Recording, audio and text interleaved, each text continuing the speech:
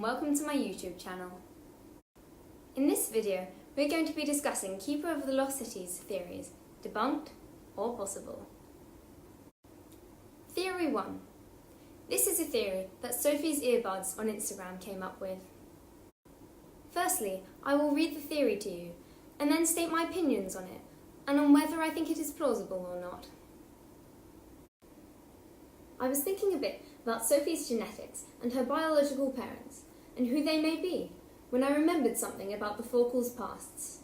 They studied genetics for years, trying to find out whether there was any scientific proof that twins really are inferior to single-birth children. And I was thinking that the Kotlc twins are literal genetic geniuses. So what if, when they sparked Sophie's life, they sparked another along with her? Hear me out on this, because it takes a bit of explaining. I think that Sophie has a secret twin, because at the time of her experimentation, the Kotlc twins were incredibly focused on the injustice towards twins. But here's the crazy part. One of the embryos was frozen, so one twin is older than the other. There is another Sophie out there, with blonde hair and blue eyes, and one ability. This twin wasn't experimented on, and was implanted as a control group of sorts, to see how this child would grow up, what she would look like, etc. Now, we all know that embryos can be frozen for years at a time. I just read an article about a woman giving birth to an embryo that had been frozen for 24 years. So this second twin can be preserved for a very long time. But what if Sophie is the second twin? What if Sophie's embryo was the one that was frozen? Because wouldn't Sophie notice if there was another kid at Foxfire who looked exactly like her? If they were the same age, wouldn't this other twin notice that Sophie is behind all of the horrible things happening in their world? Wouldn't she have approached Sophie after attending her funeral? I think not, because I think that Sophie is the younger twin. And who do we know that looks so much like Sophie, her parents almost cancelled her adoption? That's right, Jolie. The same Jolie that was scouted by the Black Swan relentlessly, and the same Jolie that was killed by a member of the Neverseen who had an infatuation with Sophie from the first moment he met her. He kidnapped Sophie and asked what she was for, what things the Black Swan were hiding in her brain. What if Brunt had kidnapped her because he knew about her relation to Jolie through the Black Swan? He may not have known that Sophie and Jolie are twins, but he would have known that both girls look alike and are associated with the Black Swan. We don't know the specifics of Jolie's birth, so that leaves a lot of things open. What if Grady and Edeline couldn't get pregnant? So they asked a physician to help. A physician like Kotlc? We know that Kotlc posed as a fertility doctor for Sophie's human parents, so what's to say that it wasn't his first time? What if he'd done it for Grady and Edeline too? It's always so emphasised how similar Sophie and Jolie look, and the resemblance must be so uncanny, because it was enough for Grady and Edeline to literally cancel her adoption. It also can't be much of a coincidence that Grady and Edeline were chosen as her guardians, because they were already so involved with the Black Swan / Neverseen, both through Jolie and Grady, not to mention that Julian, Edeline's sister, is literally in the collective. The entire family is involved with the Black Swan. There was a 2-year gap between Jolie's death and Sophie's inception / birth.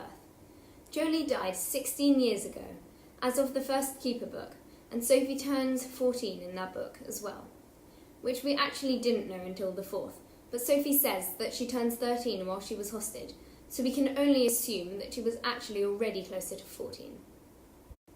So, in those 2 years, the Black Swan must have buckled down on Project Moonlark, because that's when a lot of the important stuff happened. They must have realised that this battle was so much more than the injustice towards multiple births after Jolie was killed, because they knew that Jolie was a double agent and that she had to have been killed off for a reason.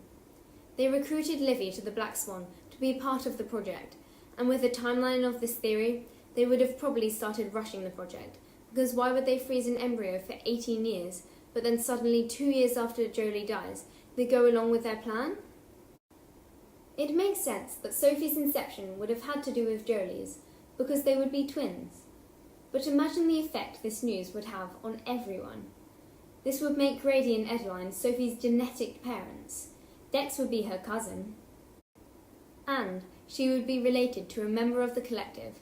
Not that Forkel doesn't count, but we're talking genetics here. Moving on from the theory part of this, just imagine what the reaction would be to the news. Forkel would tell Sophie that she has a twin, very reluctantly, and Sophie would probably start freaking out, wondering where she is, if she's with humans, if she's been tweaked as well. She'd worry that she's in danger with the Neverseen or the Lodestar Initiative. But then she gets the really heartbreaking news. Her twin sister is already dead. She'd feel like she lost a part of herself that she's only known for a few seconds. When she asks who it is, that's when everything really starts breaking down. Sophie would stare at pictures of Jolie for days, months, before she really starts to feel the loss. She'd start going through all of Jolie's things again, really getting to know her this time, wanting to know what kind of things they had in common, if anything at all. She might keep a few things that would help her feel closer to her newfound deceased twin sister. She'd feel a little closer to Grady and Edeline, knowing that they've all felt the loss, albeit in different ways and at different times. Dex would also be incredibly supportive, especially now that he and Sophie are connected in an even closer way. It would feel like everything has changed, or nothing has really changed at all. In fact, it would motivate Sophie to fight even harder, knowing that her twin sister was killed at the hands of a member of the Neverseen, the same that tried to kill her. This theory makes a lot of sense to both my friend and I, but I don't know if it will actually be true, but I kind of hope it will, because I just can't get over the fact that Jolie and Sophie look so similar. So now, on to my opinions. Firstly, let's start with the positives. To begin with, it's very clear how well thought out this theory is. I love how the author focused on all the interesting impacts it would have on the already existing world of Keeper of the Lost Cities. The whole idea of the Forkel twins being extremely fixated on twins and possibly creating their own twins was a very interesting idea and very, very plausible.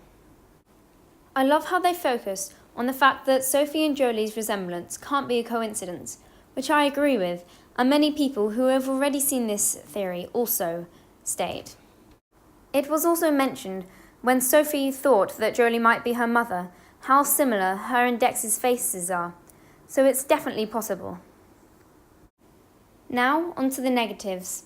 Unfortunately, as there are with all theories, there are some factors that just simply mean that the theory could not work.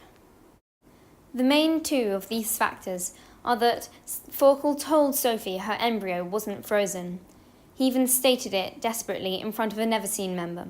He also confirmed her parents didn't know each other in real life, which means Grady and Edeline could not be her parents. However, the Forkel twins have been known to lie or withhold information, so it's definitely possible that they only said these two things to avert suspicions. And so, after thorough analysis, I deem this theory plausible.